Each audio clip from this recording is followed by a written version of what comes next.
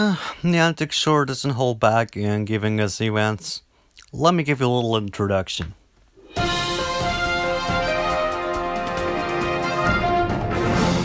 Oh yeah, alright.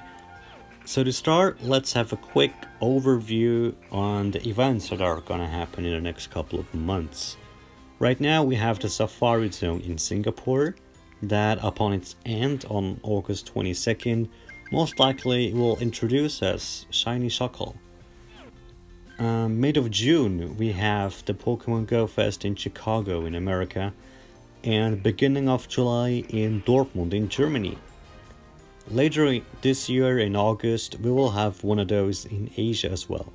However, we do not have neither a date nor a place where this will be held. With one of the best community days ever just having ended, we received confirmation that Torchic will be the Pokemon featured in the next month's community day. Not that this was anything of a surprise. Have your star pieces ready, as the Stardust for catching a Pokemon will be increased on that day. On June 8th we will have the overnext community day, then followed on June 21st being Mudkip, very likely being Mudkip, and on August 3rd another we don't know yet Pokemon. Remember, or more keep in mind, that the days are switching between a Sunday and a Saturday. Keep in mind that we still have Latios in our legendary raid too. Observation confirms that overall we are having more legendary raids in our gyms now, and Latios is taking a little majority compared to Giratina. I would say 70% to 30% approximately. Now Latios can appear in shiny. I unfortunately still did not get one, although I tried. And 4 times or so it already disappeared. So like disappear, I mean it's run away, so it's not as easy to catch. So yeah, take care. But when it's shiny, don't you worry about it. Your first hit with the ball will definitely be a winner. Latios will appear on April 22nd, which remains Giratina 1 week on its own. What will then come, we don't know yet. Then we are in the middle of the GoSnapshot challenge. Well, this is a challenge that Niantic imposed, the community, so us. And we have to show off our photography skills. In 3 different time periods for 3 different themes, we have to take a snapshot of our Pokemon and upload it on Instagram, respectively on Twitter, using both the hashtags GoSnapshot and the hashtag for their respective theme. The theme we are in right now is the Body Challenge, and it lasts from April 15th to April 24th. And the hashtag to this is hashtag Body Challenge.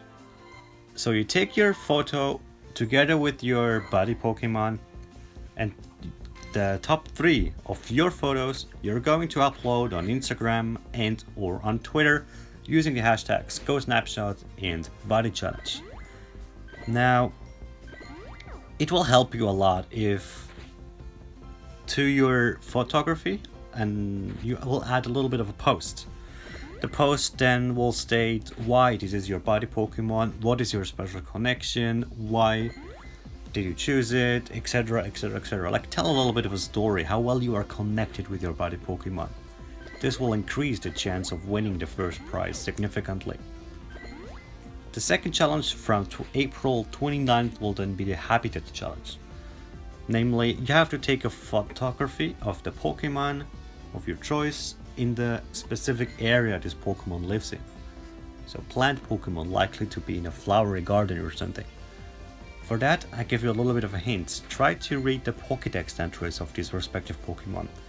It tells a lot about his, not only his habitats, but also the habits, meaning how this Pokemon behaves, etc. If you can combine all this information, you will increase your chance of winning a lot. The last challenge then is just, you have to be creative. We are not having much information on that. But yeah, go get your camera, get your body Pokemon, and yeah, make your best snapshot. So last but not least, I would like to talk a little bit of the event we are currently enrolling in, the Eggstravaganza. Or actually you might as well just call it Binary Community Day, because this thing comes so often. Yeah, you could also call it like that because, you know, it's the day where it's shinies being introduced. However, the chances are not, you know, increased. There's still a 1 in 450 approximately chance to catch this shiny bunny, which of course I did not do yet. However, as the spawns of binary are so high, almost as in a community, you do have a big chance that you will get your shiny within this week. I hope for you, and I hope for me too. Now, what Pokemon are hatching? Now, this was one of the main things of this event, that the Pokemon that are being hatched from eggs are changing. And indeed, we see a lot of changes, especially in the 2-kilometer eggs. Almost all, if not all, baby Pokemon are now hatching from the eggs. At least I saw a lot of, you know, Elekid and Mugby, etc. Other than those baby Pokemon near the 2-kilometer eggs, we also have the starter Pokemon still there. So the main group you can hatch from the 2-kilometer eggs are the baby Pokemon and starter Pokemon. The other eggs are not so important, as there are basically only 2-kilometer eggs you can find outside right now. At least 80% are 2-kilometer eggs. The rest of the 20% are 5-kilometer eggs, but believe me, they are very scarce. I did in these 1 or 2 days not find any 10-kilometer eggs so far, which brings me to the point I would like to make concerning the boxes you can buy. Now, as this is a walking egg event, I thought I would be smart by making the most economical choice, where buying the box where you could, you know, save the most of money, which will be in the adventure box, because, you know, it has 14. No, you cannot see that, but yeah, it has 14 super incubators. But I was not aware that the chance of getting a 2-kilometer egg was so increased, and honestly, it is kind of a waste of your precious super incubator to use them on 2-kilometer eggs, because you're likely to hatch your egg already before you're able to collect new eggs, sort of being at stop, you know. And the amount of meters you are saving using the super incubators is not really worth what you pay for it, you know. You rather save them and use them for 5 or 10-kilometer eggs than use them on 2-kilometer eggs. Meaning that what I would recommend you is not to buy the super incubators, but to go for the normal egg incubators. And the box you find the most of them is the normal special box for 480 Pokédollars or coins. Yeah. Why I recommend that, as I already said, is because I find it a huge waste of these precious super incubators to use them on 2-kilometer eggs, as their hatching distance is already halved thanks to the event. The normal egg incubator, and of course your infinite incubator you have, will just do fine, believe me, as long as you have many of them, and that's a little bit a tricky thing.